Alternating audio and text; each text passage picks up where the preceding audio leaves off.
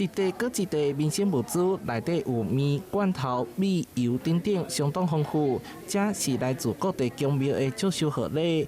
台南聖順堂金虎爺會成立10檔，無舉辦慶祝活動，顛倒把祝福變做愛心，募集200份物資，送到需要幫助的弱勢團體手頭。那我們比照往年一樣，把這些虎爺會提供給志傑服務處的物資，再一次分送，並且落實的給這些需要的單位。那今天分別有阿諾婦幼關懷協會、婦幼關懷協會，以及重症兒童關懷協會，還有洪家庇護中心。